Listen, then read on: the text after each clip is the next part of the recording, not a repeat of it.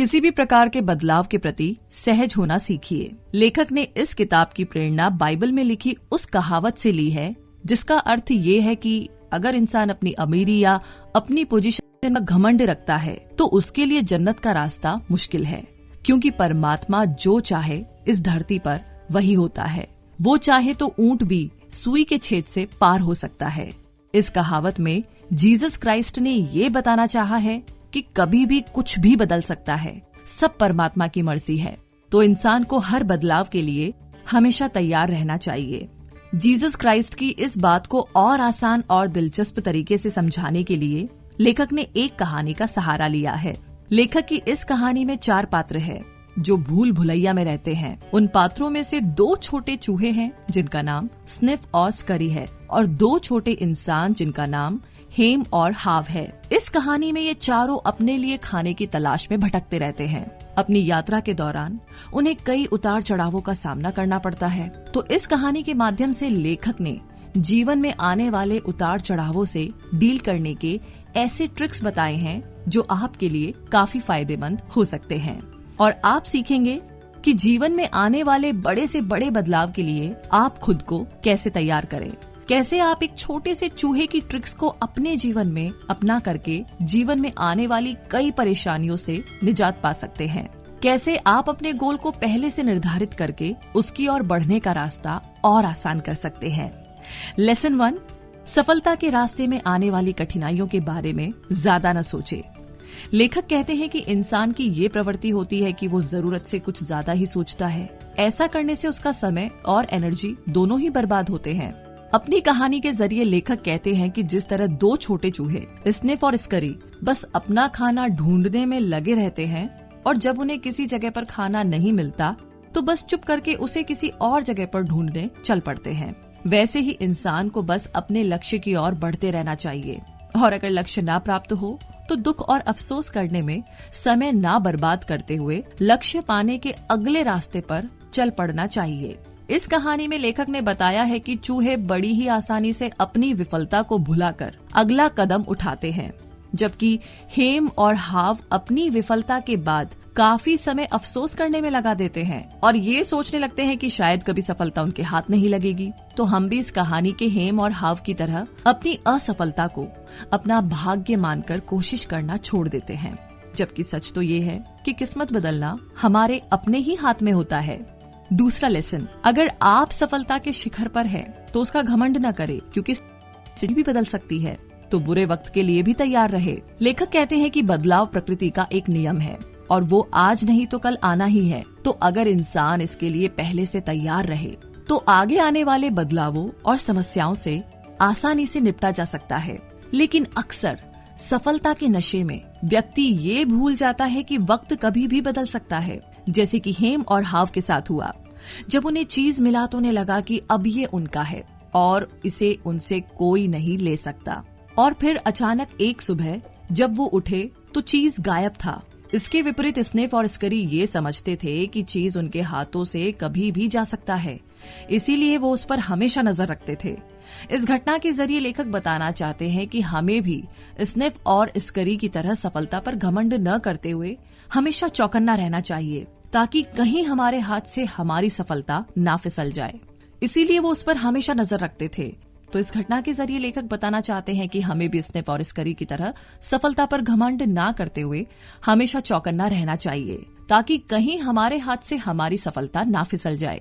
तीसरा लेसन, अगर आपका ध्यान सिर्फ अपने लक्ष्य पर होगा तो रास्ते में आने वाले बदलावों और कठिनाइयों से आप आसानी से निपट सकते हैं। लेखक की कहानी में जब हेम और हाव चीज को ढूंढते हुए भूल भुलैया के सेक्शन सी में पहुंचते हैं तो उसे खाली देख करके उन्हें बहुत निराशा होती है।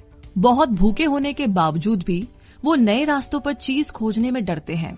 ठीक इसी तरह असल जिंदगी में भी हम बदलाव से डरते हुए कोई भी नया कदम नहीं उठा पाते। लेकिन जब तक हम अपने कंफर्ट जोन से बाहर नहीं आएंगे, सफलता पाना मुमकिन नहीं होगा। सोचिए कि अगर आपका प्यार आपको अकेला छोड़ गया हो या किसी चोट के कारण आप अपना फेवरेट खेल नहीं खेल पा रहे हो, तो आपके जीवन का वो खालीपन भरना बहुत मुश्किल होगा, है ना? लेकिन ये मुश्किल तभी तक ही है जब तक हम इसे स्वीकार करके जीवन में आगे नहीं बढ़ते। लेखक की कहानी के अंत में भी हेम ने अपने डर के ऊपर जीत पाने के लिए बस अपनी भूख और चीज को प्राप्त करने के लक्ष्य के बारे में सोचना शुरू कर दिया। ऐसा करने से उसे अपने डर को भूलकर चीज को पाने की तमन्ना में आगे बढ़ते रहने का साहस मिला। इसी तरह अगर हमें भी जीवन में अपने लक्ष्य को पाना है तो रास्ते में आने वाली कठिन परिस्थितियों और बदलावों के बारे में न सोचते हुए बस अपने लक्ष्य पर कंसंट्रेट करना चाहिए, क्योंकि ऐसा करने से आपके अंदर नई ऊर्जा और उत्साह बढ़ जाएगा जो आपको आगे बढ़ते रहने की प्रेरणा देगा। चौथा लेसन, नए रास्तों पे चलने की हिम्मत रखें और देखिए सफलता कैसे आपके कदम छुई है।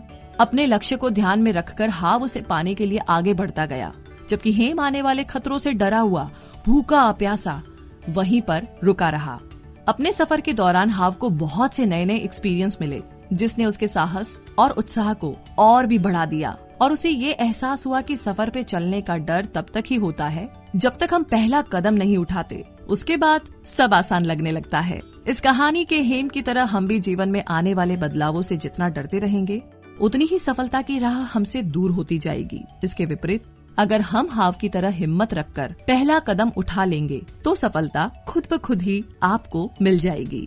पांचवा लेसन, इस चीज की खोज की रोचक कहानी से मिले लेसन को अपने जीवन में इस्तेमाल करके आप अपने लक्ष्य तक पहुँचे। तो अब आप सोच रहे होंगे कि इस कहानी को आप अपने बिजनेस और जिंदगी में कैसे इस्तेमाल कर सकते हैं। तो बस इतना ही करना है कि अपनी टीम को स्नेफ स्करी और हेम हाव की इस कहानी को सुनाइए, ताकि बदलावों के प्रति उनका नजरिया बदल जाए और उनकी सोच ज्यादा रचनात्मक हो जाए, जिससे यकीनन आपकी कंपनी को फायदा होगा। आप अपने एम्प्लॉइज से पूछिए कि वो किस कैरेक्टर के साथ खुद को रिलेट करते हैं। जो आपकी कंपनी के स्निफ है वो आपके लिए सबसे ज्यादा फायदेमंद साबित हो सकते हैं, क्योंकि वो मार्केट में आने वाले बदलावों को आसानी से समझकर आपकी कंपनी को फायदा पहुंचा सकते हैं। वहीं पर दूसरी तरफ जो एम्प्लॉइज स्करी की तरह है, वो चीजों को समय पर पूरा करने में विश्वास करते हैं। इन एम्प्लॉइज को आप एक्शन टेकिंग टीम में रख सकते हैं, जो कि आपके हर काम को पूरा करके आपकी कंपनी की तरक्की में मदद करेंगे। जबकि हेम जैसे लोग आपकी कंपनी में आए बदलावों से डर करके आपका साथ छोड़ सकते हैं। आपको जरूरत है अपनी कंपनी के हेम को ढूंढ करके उन पर मेहनत करने की, ताकि वो हाव बनकर किसी भी बदलाव का सामना कर सके। तो अंत में लेखक कहते हैं कि हम सबको इस कहानी से ये शिक्षा लेनी चाहिए कि जो आइडिया आज काम कर रहा है जरूरी नहीं है कि कल भी करेगा। जो आज अच्छा है जरूरी नहीं कि कल भी रहेगा।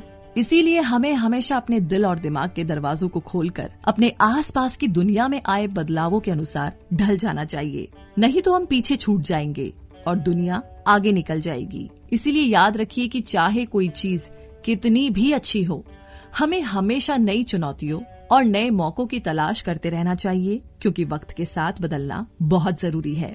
इस किताब का मेन मैसेज ये है कि जीवन का अगर कोई सबसे बड़ा सच है तो वो ये है कि बदलाव ईश्वर का एक नियम है और वो होकर रहता है। इसीलिए जरूरी है कि हम खुद को इतना बुलंद और चौकस बना ले कि जीवन में आने वाले किसी भी बदलाव से हम ना डरे, बल्कि उसका सामना करें।